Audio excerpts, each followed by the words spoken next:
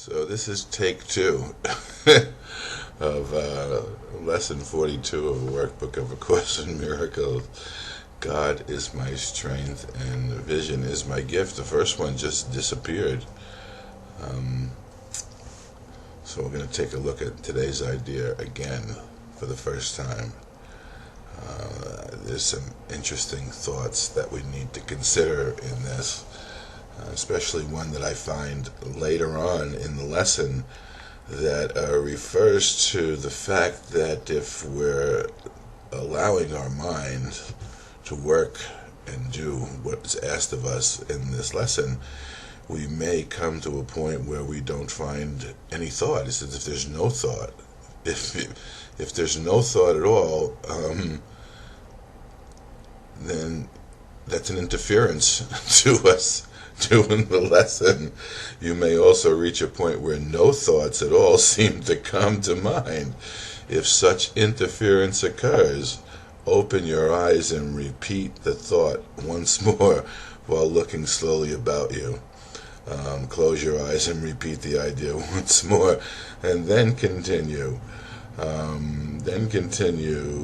To look for related thoughts in your mind. So again, I know for a fact that many people consider this to be a course in meditation, but I assure you it's not. It's a course in discovering that your mind and God's mind, that you're utilizing God's mind, which is why God is my strength and vision is His gift to us today and every day in every circumstance that we find ourselves in. So for many of you who have attempted to equate the practice of A Course in Miracles with some Eastern discipline, this lesson should give you enough facts to show you that that's not quite what we're looking for.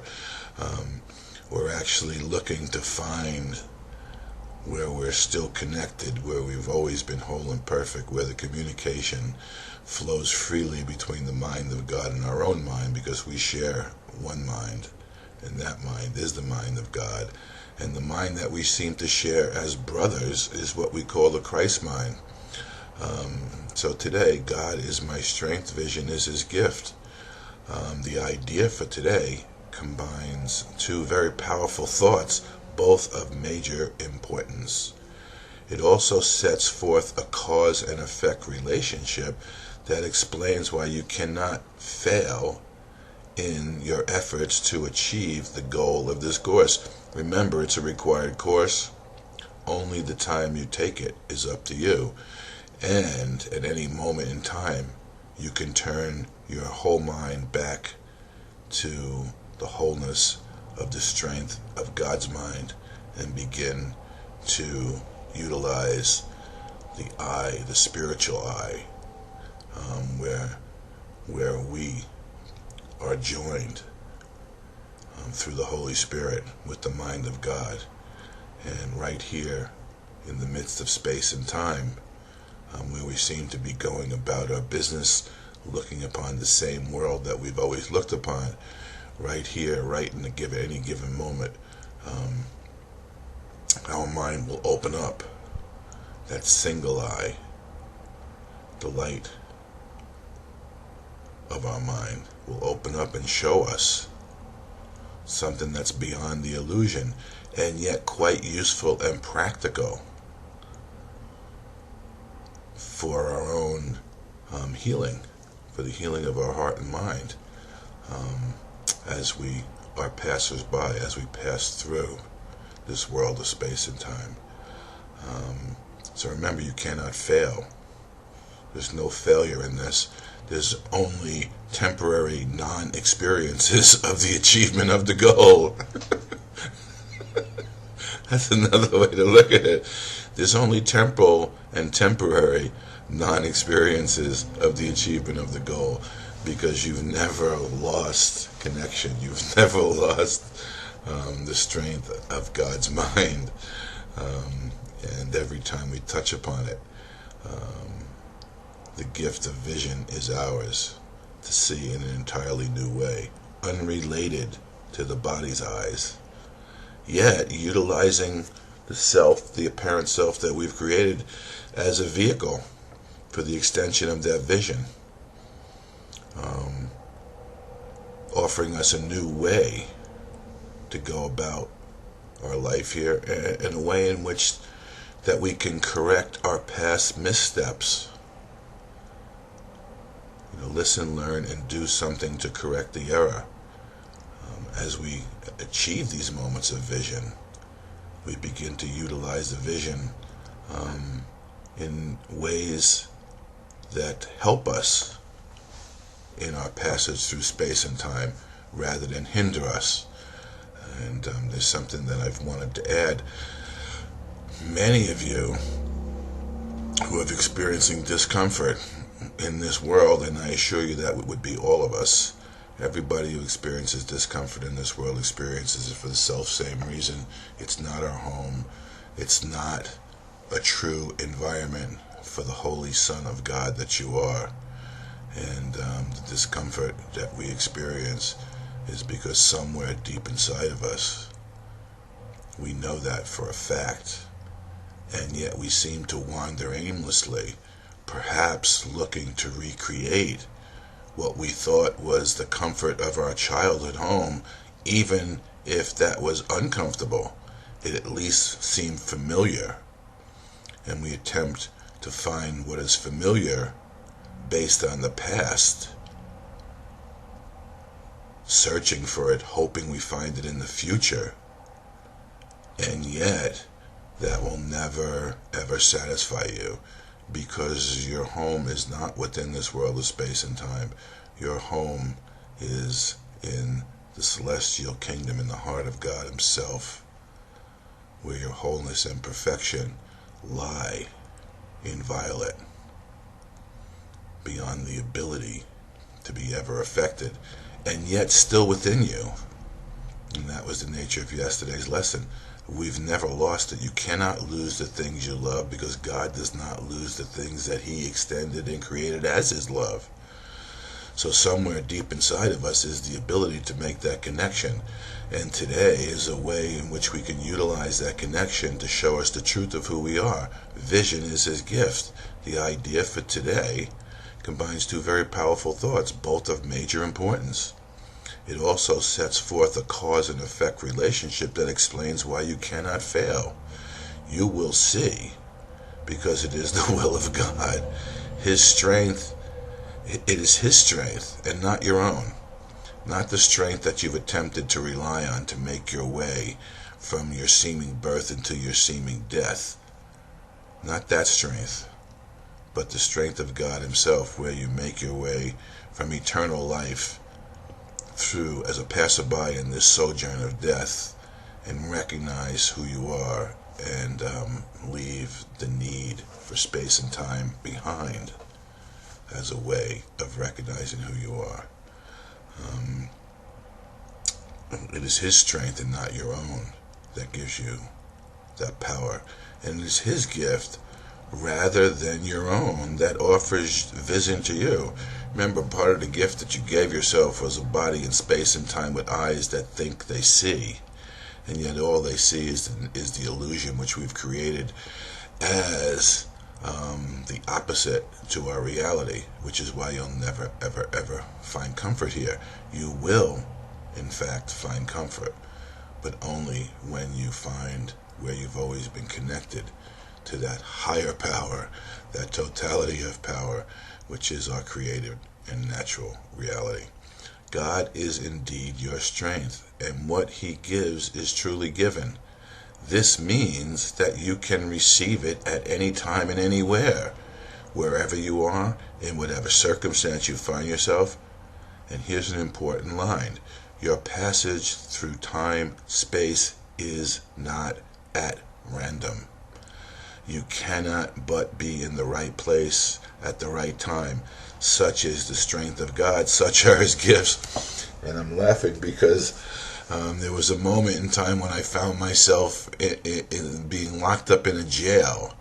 And the first thing is, why am I here? Why am I doing, what did I do wrong? Blah, blah, blah. But remember, it's not random. And even in the midst of the seeming dismal situation of being locked in a cell, God was my strength, as He is my strength today, and vision, it was His gift as it is to me today. And I could see clearly, even behind the bars, the true nature of my freedom as not being affected one bit by where I found myself, because the true nature of my strength and freedom is sourced in the eternal and not in the temporal. So anywhere you find yourself, your passage is not at random, and anywhere you find yourself in any circumstances, God can be your strength and vision His gift. It only takes turning our mind, utilizing that skill of identity to stop for a second. Stop with the attempt to find meaning in the meaningless associations that we formed in our mind based on the false effect and cause relationship that we think is our reality. Because here in space and time we think that the circumstances is what is affecting us, and I assure you, in moments when you stop, allow God to be your strength, and begin to see through that spiritual eye, that single eye, the light of your mind, you'll recognize that you're not any place for no reason whatsoever, but you are there to help you heal your own mind and offer that healing to all your brothers through the vision that is given to you in those instances. So today, God is our strength and vision is our gift.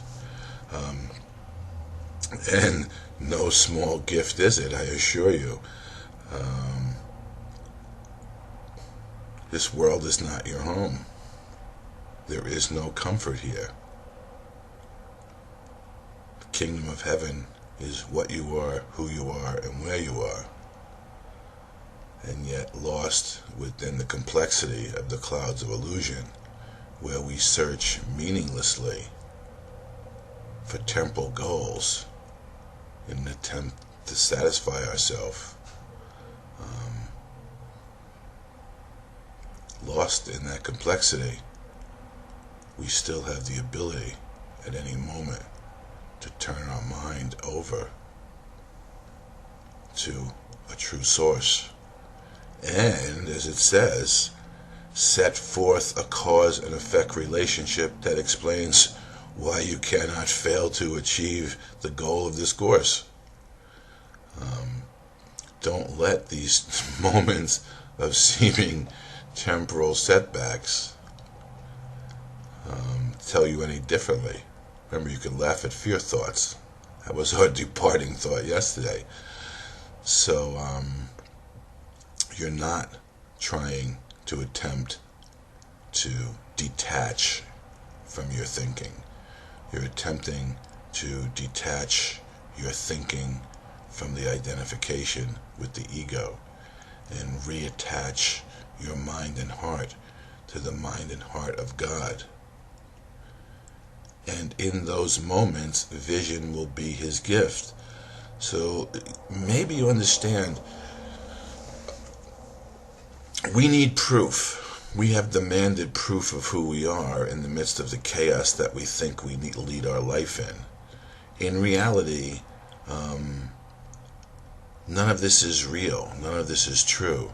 Yet here, in order to heal our minds of those lacks of love, we demand and we get proof that it's actually occurring.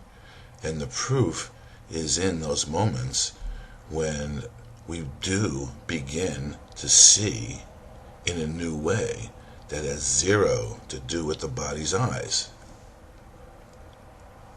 And then we remember the truth of who we are and the truth of who all our brothers are along with us. And we begin to experience a freedom from the attachment we have formed to the identification and associations that the body's eyes and the ego seemed to have imposed upon us.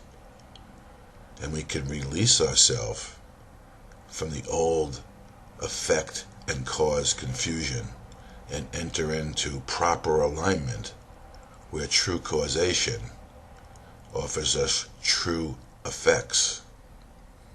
And those effects are not of this world, and they're guaranteed. They're guaranteed.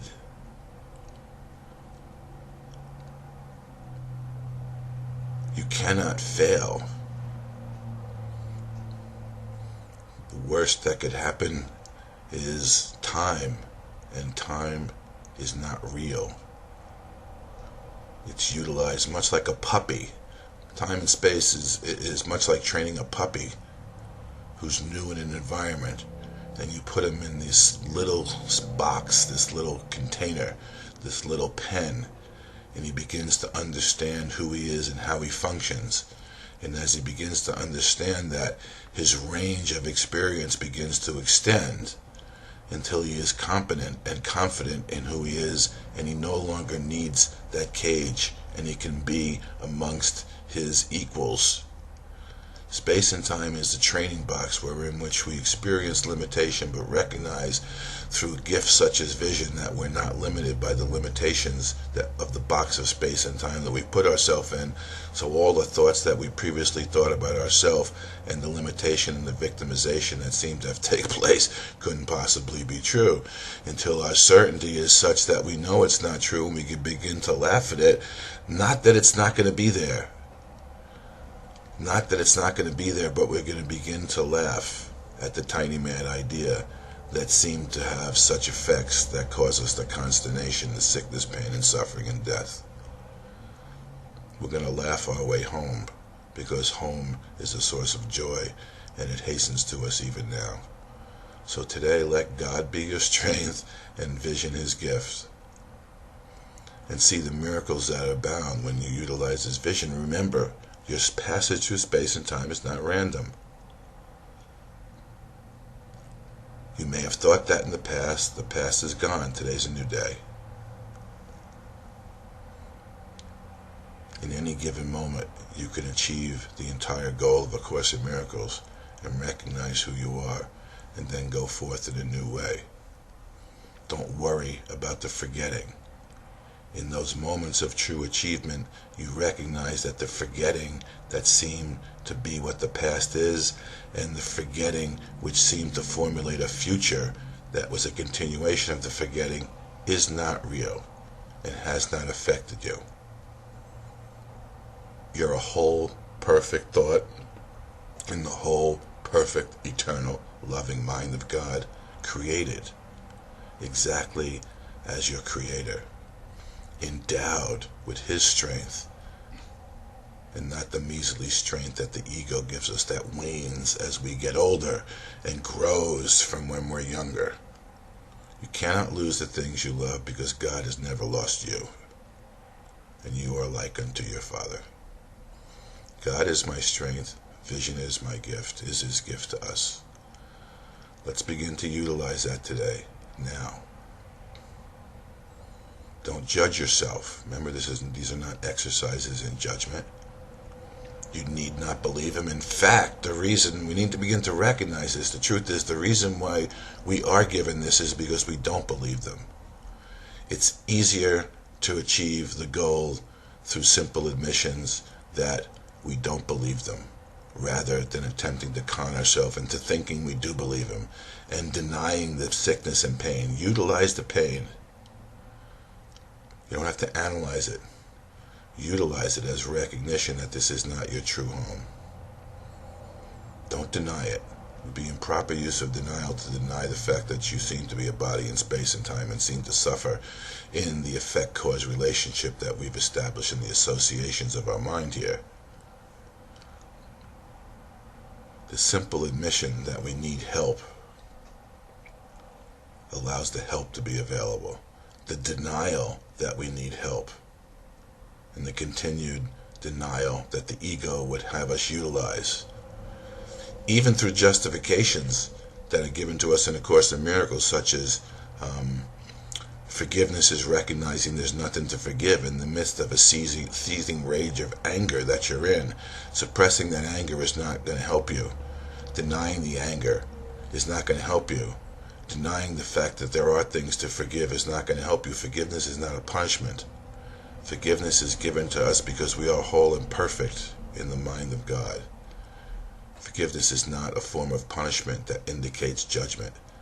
Forgiveness is a gift that parallels creation, that when we learn to utilize forgiveness, we are actually remembering how creation works. So let God be your strength, and let vision be his gift to you today. And go forth and learn this new way of seeing. It'll give you a new way of being.